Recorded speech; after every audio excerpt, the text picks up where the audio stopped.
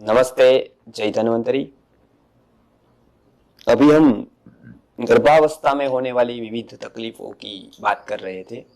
उसमें जो सबसे ज्यादा तकलीफ होती है वो वोमिटिंग की होती है। वोमिटिंग के लिए अर्थात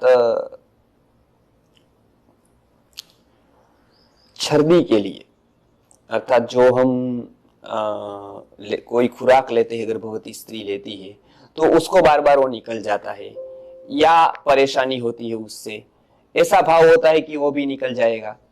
तो उस अवस्था में आयुर्वेद की एक बहुत ही प्रसिद्ध औषधि है, उसका नाम मयूर चंद्रिका भस्म है।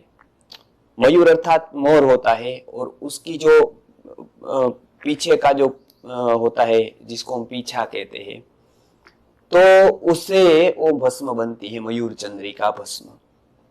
उसका सेवन थोड़ी चुटकी भर वो तैयार मिलती है, बहुत सारी फार्मेसियां बनाती है, तो उसका चुटकी भर उसकी भस्म लेकर उसको हनी के साथ मिलाकर लेने से उसमें वो बंद हो जाती है। जो उल्टी बार बार होती है, वोमिटिंग होती है, वो बंद हो जाती है। मयूर चंद्रिका भस्म नाम याद रखें।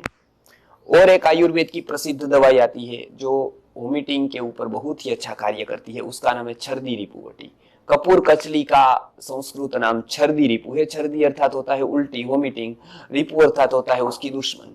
तो जो उल्टी को, वोमिटिंग को बंद करती है, उसके सामने लड़ती है, उसको ठीक करती है, उसका नाम छर्दी रिपु है। बाहर बहुत सारी फार्मेसियों में ये दवाई मिलती है, छर्दी रिपुवटी। उसका भी सेवन कर सकते हैं। जब जब वोमिटिंग हो तब तक एक एक गोली उसकी ले सकते हैं, छर्दी रिपुवटी की। फिर गर्भावस्था में और आनुषंगिक तकलीफें बहुत होती है, जैसे कभी कभी उसको चक्कर आने लगता है, सिर दुखने लगता है, तो उसके लिए मेध्य रसायनम करके एक दवाई है, तो वो बहुत ही अच्छा कार्य करती है, शांत निद्रा आती है उससे।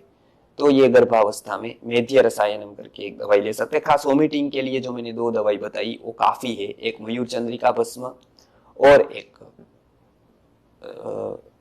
छर्दी रिपुवटी, जो कपूर कचली कहते हैं, उसका चूर्ण भी कपूर कचली का ले सकते हैं।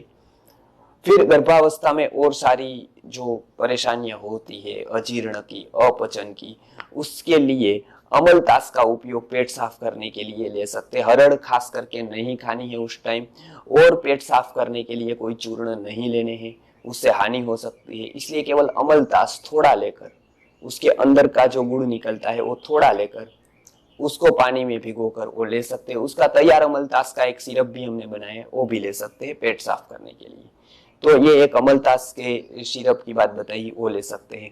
गर्भावस्था में और नस्य तो नहीं करने हैं, लेकिन सिंपल घी का कभी नस्य कर सकते हैं, जिससे शांत निद्रा आए और सिर में यदि कोई दर्द हो, सर दर्द हो, तो वो भी दूर नस्य से होता है।